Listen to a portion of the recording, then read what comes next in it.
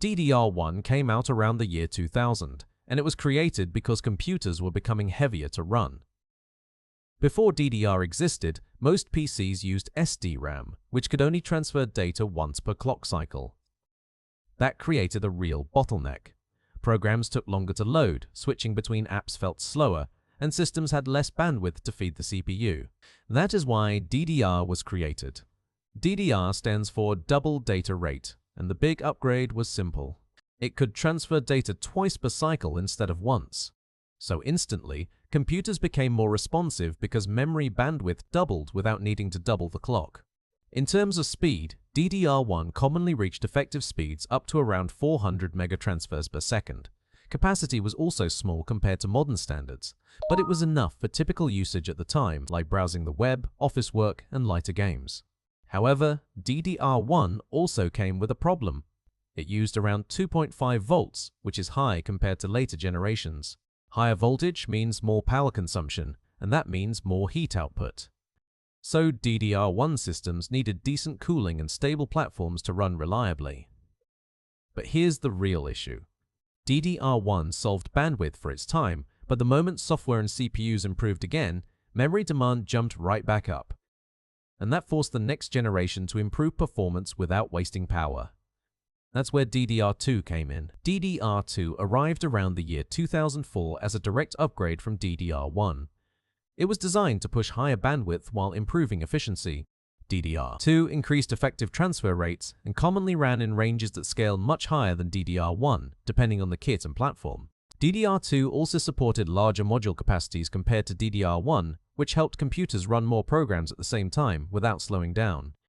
But DDR2 wasn't just about speed. It also came with physical differences. Every DDR generation has a different notch position, which prevents you from inserting the wrong RAM into the wrong motherboard. And DDR2 made a major efficiency upgrade. Voltage dropped to around 1.8 volts. That meant it used less power and produced less heat compared to DDR1. But here's the problem. Even though DDR2 was faster, early DDR2 platforms were expensive. And upgrading to DDR2 usually required buying a new compatible motherboard because RAM generations don't share the same electrical design. So for a lot of people, DDR1 stayed in their system longer than expected simply because the cost of upgrading the full platform wasn't worth it yet.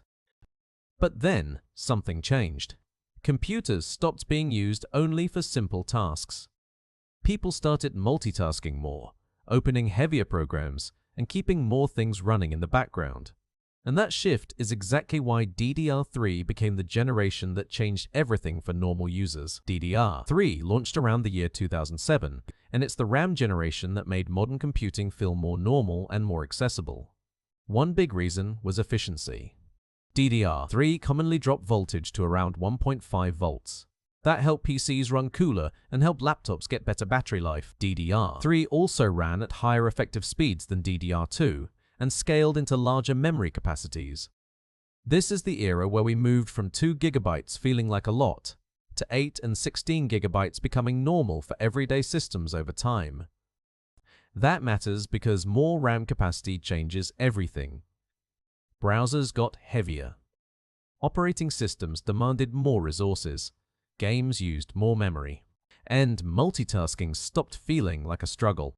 Now let's talk about one of the most important real-world performance upgrades, dual-channel memory.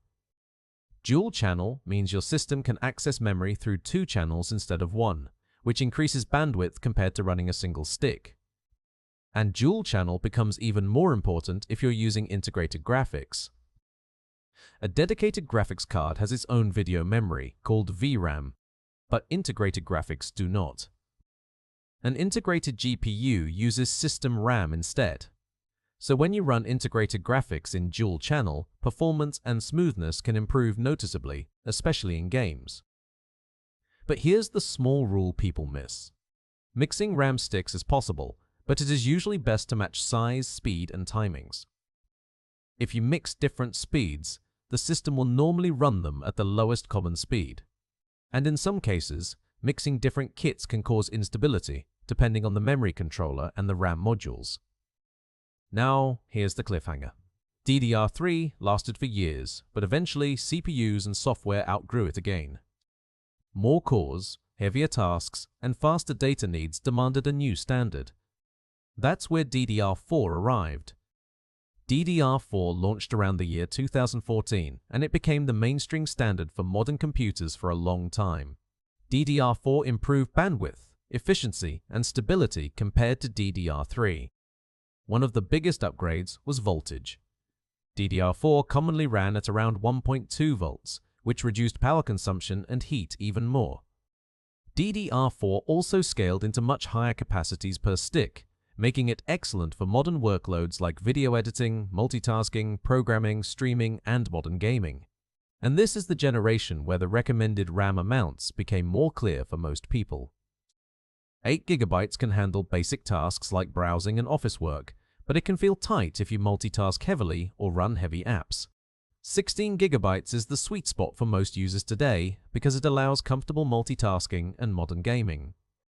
32 GB is useful for heavier workloads like advanced content creation, large projects, virtual machines, or streaming while gaming. But here's the key detail. More RAM helps up to the point where you actually need it. If an app requires 12 GB and you only have 8, performance can suffer. But once you have enough RAM, adding more may not increase speed in the same way because the system already has the memory it needs. Now, here's the cliffhanger. DDR4 became so good that many people wondered if RAM upgrades even mattered anymore, until DDR5 arrived with the biggest architecture shift in years. DDR5 launched around the year 2020, and it is designed for higher bandwidth, better efficiency at scale, and future platform growth. DDR5 starts at higher base transfer rates compared to DDR4 and is built to scale much higher over time. DDR5 also supports higher densities, which is useful for demanding workloads like heavy content creation and professional tasks. But DDR5 is special because it changes how the module works. DDR5. Memory modules typically include a power management integrated circuit known as PMIC on the module, and DDR5 also splits the memory module into 2 independent 32-bit subchannels instead of one wide channel. This improves efficiency and helps the CPU access data more effectively in many situations. Now there's one more feature people often hear about, ECC.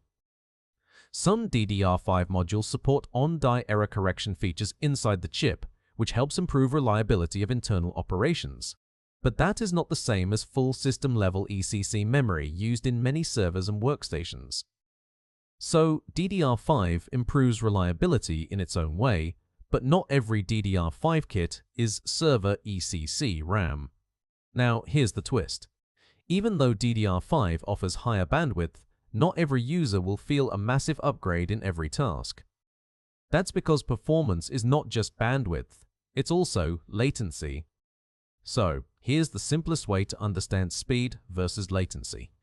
Bandwidth is how much data can move at once. Latency is how long it takes for one piece of data to begin moving. Think of bandwidth like the width of a highway.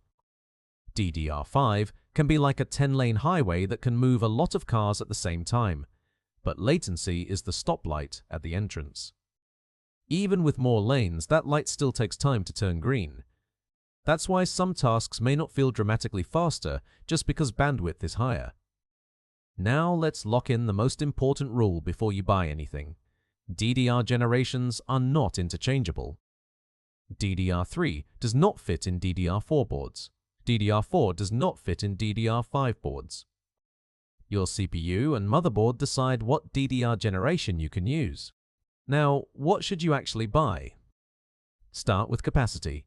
If you don't have enough RAM, your system will slow down because it will rely on storage as backup memory, and storage is much slower. Then prioritize dual channel, because 2 sticks improve bandwidth.